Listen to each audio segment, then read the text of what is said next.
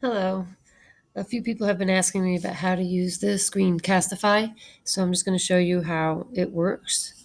In the Smith Staff folder, if you haven't done it already, you click that. Go to the resources. There's so many, it's overwhelming.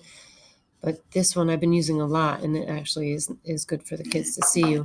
Go all the way down to, where is it? Oops. Extended school closure. Is that where it is?